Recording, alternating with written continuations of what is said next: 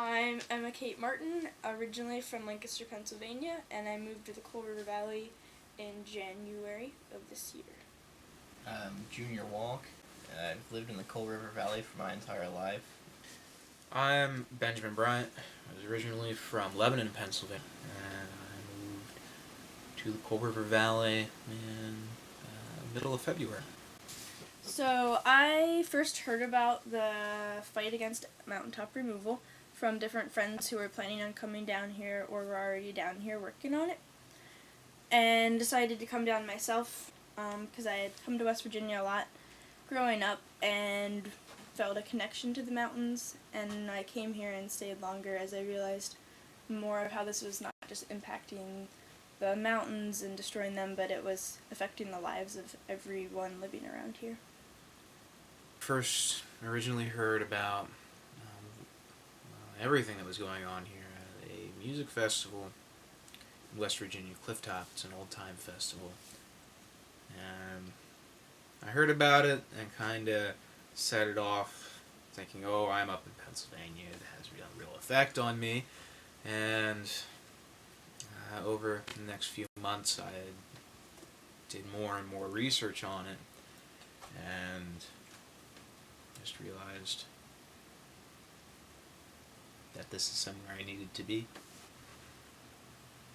Well, when I first came here, everyone was kind of learning things about the issue and working on them. But the longer I stayed, the more I kind of started getting to know people in the community, more than just the people that I live with, and learned how it impacted each person personally, and started working on more community aspects like community sustainability, like building a community greenhouse, in addition to fighting mountaintop removal.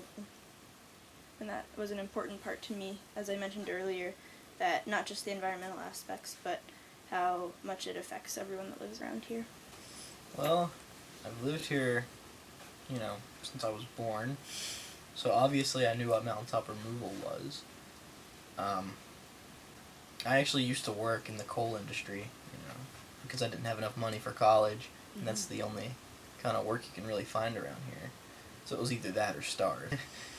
It didn't really register with me on how much of a scale, the destruction was on, until I was a guard at a mountaintop removal site, and I had to sit there for hours and hours, just, staring out at this just wasteland's destruction, this moonscape.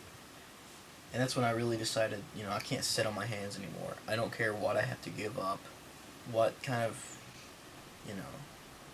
personal things I have to go through, that I've got to do something about this. I can't, do this anymore.